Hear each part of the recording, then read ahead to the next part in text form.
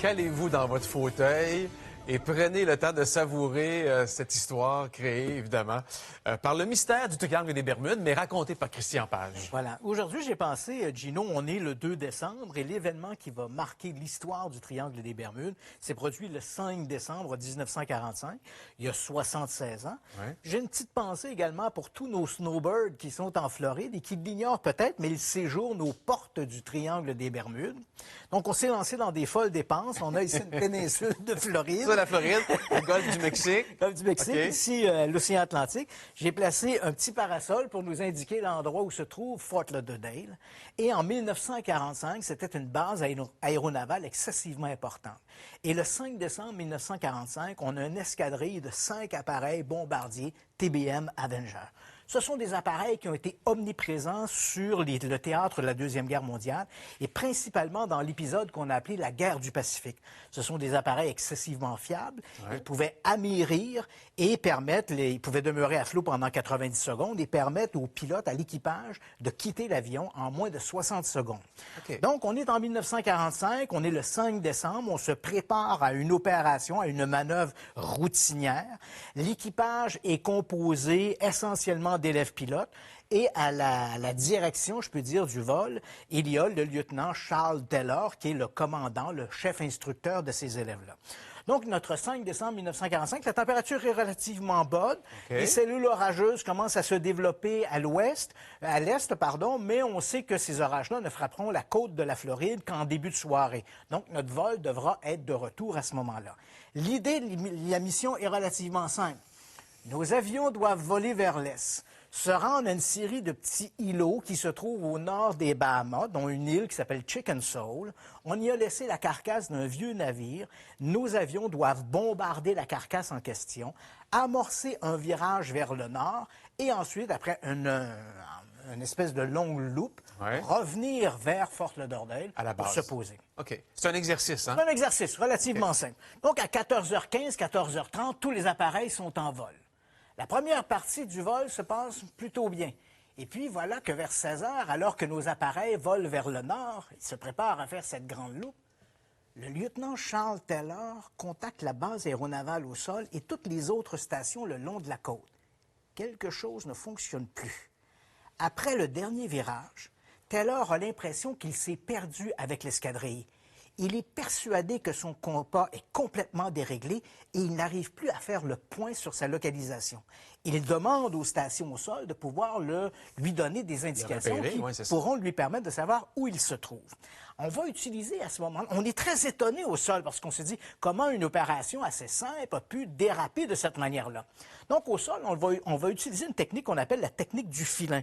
On émet une longueur d'onde radio et si la communication est forte, au fur et à mesure où on a cette communication, Ah oui. on diminue la portée de la radio. Et si on garde une bonne communication avec les avions, c'est que les avions se rapprochent. dirigent dans notre direction. OK. À ce moment-là, Taylor croit qu'il vole vers l'ouest, mais il n'en est pas certain. Alors, on fait cette technique du filin et à un moment donné, on est persuadé qu'on est sur la bonne voie. Les communications sont fortes. Ouais. On comprend bien Taylor. On lui dit de continuer droit devant lui. À un moment donné ou à un autre, il devrait voir la côte. Et voilà que Taylor, à un moment donné, aperçoit des îles en dessous de son avion qu'il croit être les Key West. Et s'il s'agit des Key West, il n'est plus à l'est de la Floride, mais au sud. Au sud, complètement. Ben oui, c'est ça. Alors, même si au sol, on lui dit de continuer de voler vers l'ouest, Taylor se dit non, je vais entrer dans le golfe du Mexique. Il amorce un virage pour se ramener vers la péninsule de la Floride. Si c'est vrai qu'il se trouve au-dessus des Key West, parce que s'il se trouve au-dessus des Bahamas, comme le pensent les gens qui sont au sol, la prochaine destination, c'est l'Irlande. Et tant et si bien que vers 18 heures, Taylor entre de nouveau en contact avec les stations au sol. Il devient de plus en plus préoccupé. Il annonce que les réserves de carburant diminuent et que son souhait est de faire amérir les 5 appareils ensemble. Et à ce moment-là, ils auront plus de chances de pouvoir survivre. À 19 heures, on entend les dernières communications avec l'escadrille perdue, les lettres FT, qui signifie Fort Lauderdale. On ignore quel appareil émet cette information et les appareils disparaissent corps et bien. Le soir même, la US Navy organise les plus grandes opérations menées en mer, comme on n'en a jamais vu en Floride. Et curieusement, ce soir-là, un gros Martin Mariner, un hydravion, va disparaître à son tour au large de la Floride. Ce jour-là, du 5 décembre 1945, la US Navy n'a pas seulement perdu un escadrille de 5 bombardiers Avenger, elle perd également un Martin Mariner. Dans les semaines qui vont suivre, il y aura bien sûr une enquête et en janvier 1946, on dépose les conclusions. On est persuadé que le commandant Taylor, le lieutenant Taylor, a erré. Il croyait que les îles en dessous de lui étaient les Key West, alors qu'il s'agissait des Bahamas. Et dans cette confusion, il a entraîné à sa suite le reste de l'escadrille. Pour ce qui est du Martin Mariner, il a probablement explosé en vol en raison d'une défaillance mécanique.